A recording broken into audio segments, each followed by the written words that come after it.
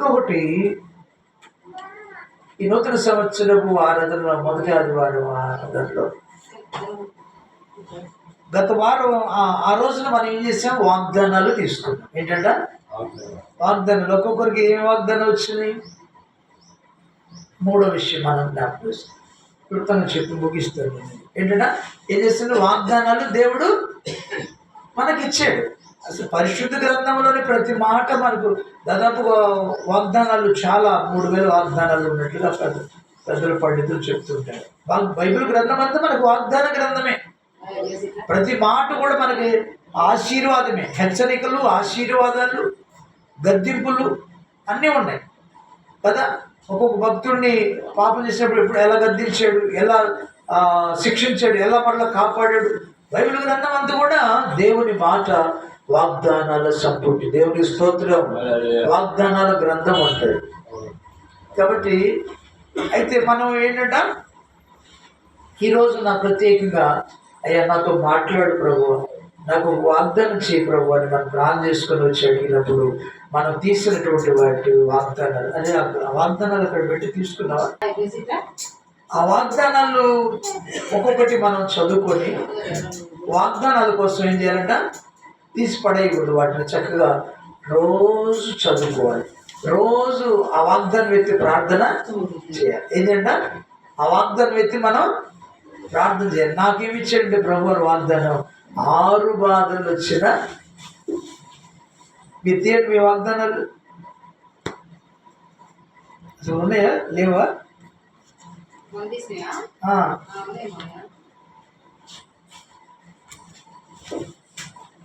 నీ వాగ్దానం ఏది? బైబిల్ ఉంచుకొని రోజు ప్రార్థన చేసుకోవాలి. నా ప్రభు నాకు ఇచ్చిన వాగ్దానం ప్రియమైన వాళ్ళ 6 బాధల నుండి ఆయన నిన్ను విడిపించడం. అనేక బాధలలో ఉన్నాం, అనేక సమస్యల్లో ఉన్నాం. దేవుడు ఎంతగా మాట్లాడాడు. కొంతమంది తీయకూడదు వాగ్దానాలు అని అంటుంటారు. కూర్చో, పడతో కూర్చోమని వినండి. 6 బాధలలో నేను అనేక బాధల్లో ఉన్నాను. ఆ 25 సంవత్సరం అంతా కూడా అనేక సమస్యలతో ఉన్నాను, అనేక బాధల్లో ఉన్నాను. బాధలు లేదు ఎప్పుడు లేదు, కానీ ఎప్పుడూ ఉన్నాయి. అయితే ఇంకా 25 సంవత్సరంలో ఈ సేవాపరంగా కొన్ని ఇబ్బందులు ఎదుర్కొన్నప్పుడు నాకున్నటువంటి బాధలు ఎవరు తీర్చలేనటువంటి బాధ. కాబట్టి నేను బాధపడుతూ ఉంటాడు. 6 బాధలలో నుండి నిన్ను విడిపించను. చెప్పండి, స్తోత్రం చెప్పండి. ఏమంటున్నాడు? 6 బాధలలోంచి నేను బాధలలో ఉన్నాను కాబట్టి, నెమ్మది లేకుండా ఉన్నాను కాబట్టి నాతో మాట్లాడాడు. 6 బాధలు వచ్చినా నిన్ను విడిపిస్తాను, 7 బాధలు కలిగిన నీకు ఏ కీడు కలిగి. దేవుడికి పిల్లని ఆడుకొని మంచిది కదా. ఎన్ని బాధల్లో ఉన్నాను కాబట్టి దేవుడు నాతో ఆదరించే మాటలు మాట్లాడు, ధైర్యపరిచే మాటలు మాట్లాడు. నీకు ఎన్ని బాధలు వచ్చినా నిన్ను విడిపిస్తాను, ఏ కీడు నీకు రాదు. 7 బాధలు వచ్చినా నీకు ఏ కీడు తగలదు అని మాట్లాడు. నన్ను ఓదార్చాడు, బలపరిచాడు, ధైర్యపరిచాడు. కాబట్టి ఈ వాగ్దానం తీసుకొని అటు ఆయనలాగా అక్కడ పడేయటం కాదు. ఏం చేయాలి? రోజు ప్రార్థన, ప్రభా ఈ వాగ్దానం ఎత్తి ప్రార్థన చేయాలి, స్తుతించాలి. ప్రార్థన చేయొచ్చు. తర్వాత ఏం చేయాలంటే, నాకు ఇచ్చి మంచి వాగ్దానం ఇచ్చినావు, ఇలా విడిపిస్తానన్న ప్రభు నీకు వందనాలయ్యా, నన్ను విడిపిస్తున్నందుకు వందనాలయ్యా, నాకు కాపాడుతున్నందుకు వందనాలయ్యా, మనం దేవుడికి వందనాలు చెల్లించాలి, స్తుతి చెల్లించాలి, ప్రార్థించాలి, ఆ తర్వాత స్తుతి చెల్లించాలి. అప్పుడు అద్భుతాలు ఆ వాగ్దానం ద్వారా మనకు జరిగిస్తూ ఉంటాడు దేవుడు. కాబట్టి వాగ్దానాలు తీసుకొని అలా విడిచిపెట్టకూడదు. కానీ పిల్లలు దేవుని స్తుతిస్తూ ఉన్నప్పుడు వాటిని నెరవేరుస్తారు. వాగ్దానం నెరవేర్చాలంటే ఏం చేయాలి? ఒకటి, దేవుని ప్రార్థన చేయాలి, స్తుతించాలి. అప్పుడు వాగ్దానాలు ఆయన జరిగిస్తాడు. ఇంకొక మాట ఏంటంటే, వాగ్దానం నెరవేరాలంటే ఒక వచనం చదువుకొని ముందుకు వెళ్ళడం. చూడండి, హెబ్రీయులకు రాసిన పత్రికలో వాగ్దానాలు నెరవేరాలంటే మనం ఎలా ఉండాలో గ్రంథం తెలియజేస్తుంది. ఒకసారి చూద్దాం. పరిశుద్ధ గ్రంథం నుంచి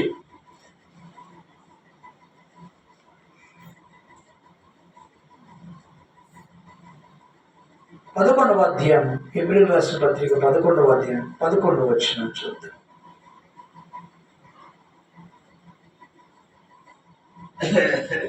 విశ్వాసమును బట్టి శారాయు వాగ్దానం చేసినవాడు నమ్మదగిన వాడని ఎంచుకొనెను కనుక తాను వయస్సు గతించినదైనను గర్భము ధరించడం శక్తి పొందిన. దేవునికి మహిమ కలుగును గాక. ఇంకా మనం పైన వచనాలు చదివితే ఒకసారి చూద్దాం.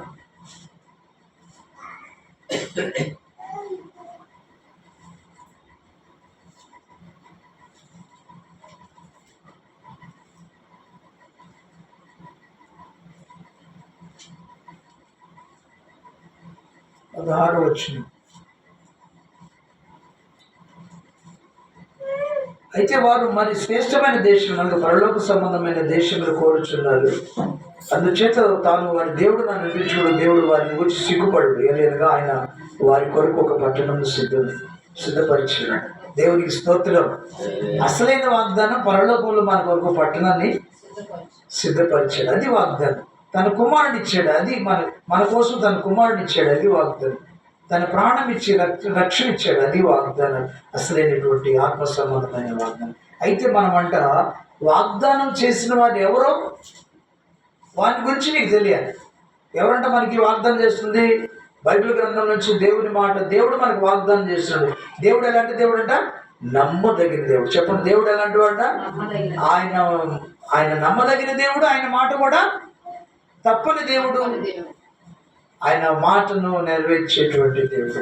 కాబట్టి శారా ఆయన నమ్మదగిన దేవుడని నమ్మి వాగ్దానాన్ని స్వతంత్రించుకుందని మాట్లాడాడు.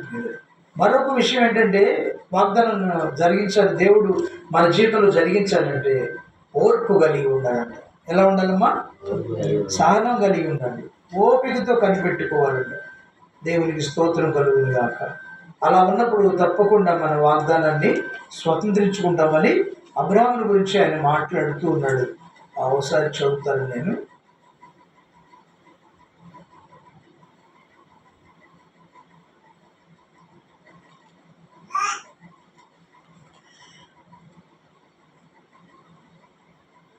చూద్దామా? ఈ 6వ అధ్యాయము, హెబ్రీయులకు రాసిన పత్రికని 6వ అధ్యాయంలో మరి గమనించుతారు. 10-11 వచనాలు.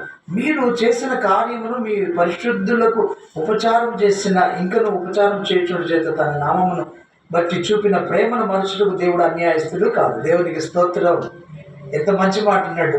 మనం అంటే దేవుని సేవకులకు ఉపచారం చేస్తే, పరిచర్య చేస్తే, మందిరానికి సేవ చేస్తేనంట, దేవుని సేవకులు కూడా ఉపచారం చేస్తేనంట దేవుడు మనుషులకు అన్యాయస్తుడు కాదంట. కాబట్టి మనం దేవునికి పరిచర్య చేయాలంటే మందిరాల్లో ప్రతి పరిచర్యలో పాల్గొనాలి. సేవకులు కావాల్సిన పరిచర్యలు చేసినప్పుడు ఆయన అన్యాయస్తుడు కాదు, తప్పకుండా న్యాయం చేస్తాడని మాట్లాడు. మీరు మందులు కాక విశ్వాసము చేత ఓర్పు చేత వాగ్దానమును స్వతంత్రించి కొన్ని వారి పోలిన నడుచుకున్నట్లుగా మీరు ప్రతి వాడును మీ నిరీక్షణ పరిపూర్ణమగు నిమిత్తము మాదిరి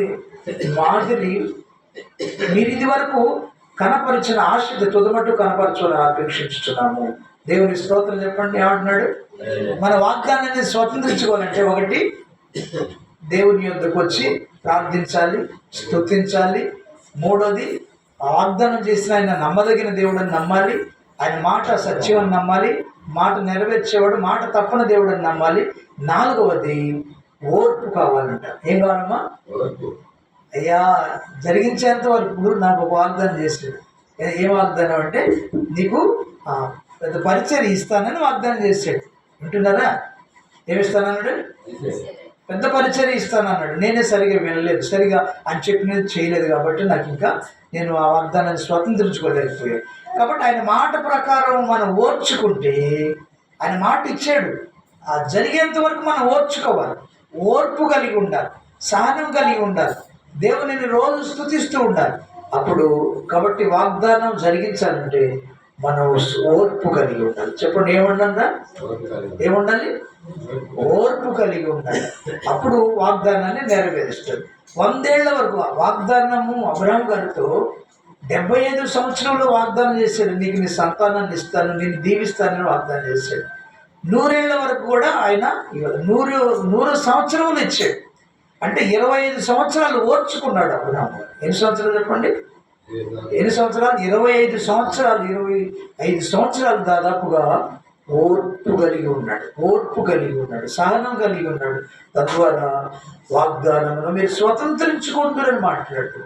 స్వతంత్రించుకుని వారిని పోలి నడుచుకున్నట్లుగా మీలో ప్రతివాడు నిరీక్షణ పరిపూర్ణమగు నిమిత్తం మీరు ఇదివరకు కనపరిచిన ఆసక్తిని తుదమట్టుకు కనపరచాలంట. అంటే దేవుని ఎడలో మనకున్న ఆసక్తిని ఆయన దీవించకపోయినా, ఆశీర్వదించినా, వాగ్దానం నెరవేర్చకపోయినా, నెరవేర్చేంత వరకు మనం ఓర్పు కలిగి ఉండి ఆయన ఎడలో ఉన్న ఆసక్తిని అంటే తుదమట్టుకు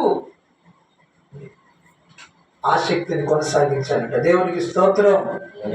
కానీ దేవుడు నీ కోసం ఏం చేసి సిద్ధపరిచాడు?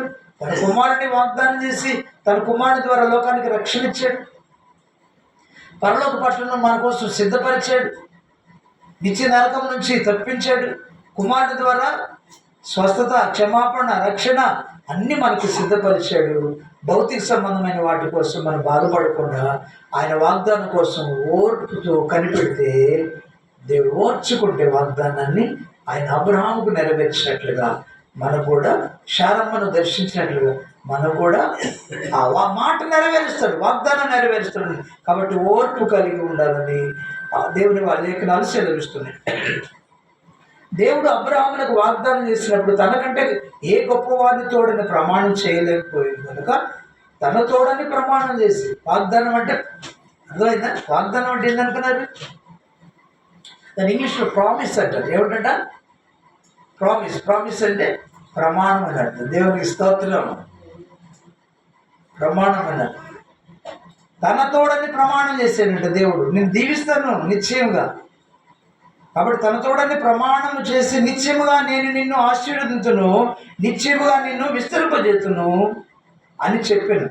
ఆ మాట నమ్మి దేవుడికి స్తోత్రం. అబ్రహాము గారు ఏం చేశారంట? దేవుని మాటని నమ్మాడు, వాగ్దానాన్ని నమ్మాడు, దేవుని మాటను నమ్మాడు. ఏం చేశాడంట? ఓర్చుకోవాలి, తర్వాత దేవుని మాటను నమ్మాలి. మాటను నమ్మి అతడు ఓర్పుతో సహించి ఆ వాగ్దాన ఫలము పొందెను. దేవునికి స్తోత్రం. చెప్పండి, నాతో చెప్పండి ఈ మాట. ఆ మాట నమ్మి అతడు ఓర్పుతో సహించి ఆ వాగ్దాన ఫలము పొందెను. దేవునికి స్తోత్రం. కాబట్టి గమనించండి, దేవుని వాగ్దానాన్ని అలా పడేయకుండా అది దేవుని ప్రామిస్ అని నువ్వు గుర్తుపెట్టుకొని రోజు దేవునిని ప్రార్థించాలి, స్తుతించాలి. మూడోది ఏం చేయాలి? ఆ మాట ఇచ్చిన దేవుడు నమ్మదగిన దేవుడు అని నువ్వు నమ్మాలి. నాలుగవది ఓర్పు కలిగి ఉండాలి. ఐదవది ఏం చేయాలంట? అది దేవుని మాటని నువ్వు నమ్మాలి. ఆరవది ఓర్పుతో సహించాలి. దేవునికి స్తోత్రం. జరిగించేంత వరకు ఓర్పుతో సహించాలి. ఓర్పు ఉంటుంది కానీ సహనం ఉండదు. మళ్ళీ కాసేపు ఓర్చుకుంటాం, అంతలోనే ఉరిపోదు. ఏం దేవుడు లేడు. కాబట్టి సహనం ఉండాలి. ఓర్పులో ఈ తర్వాత ఏముండాలంట? సహనం ఉండాలి. సహనం లేకపోతే మాత్రం దాన్ని స్వాతంత్రం. కాబట్టి ఈ 5 విషయాలు మనం కదా ఏంటంటే చెప్పండి. ప్రామిస్ తీసుకుంటే ఏం చేయాలి? ప్రార్థన చేయాలి. రెండవది ఉదయకాలంలో స్తుతించాలి, ఇచ్చినందుకు వందనాలని స్తుతులు చెల్లించాలి. మూడోది ఆయన నమ్మదగిన దేవుడని నమ్మాలి. ఆయన మాట నమ్మదగిన మాట, ఆయన సత్యమైన మాట, ఆయన మాట తప్పని దేవుడని నమ్మాలి. నాలుగవది ఓర్పు కలిగి ఉండాలి. ఐదవది అది దేవుని మాటని నమ్మాలి. ఆరవది సహనము కలిగి ఉండాలి. అప్పుడు దేవుడు వాగ్దానాలు నెరవేరుస్తాడు. దేవుడి మాటలు మన ఇంట్లో దీవించుగాక. గట్టిగా చెప్పండి ఆమేన్. హల్లెలూయా. ప్రార్థన చేసుకుందాం.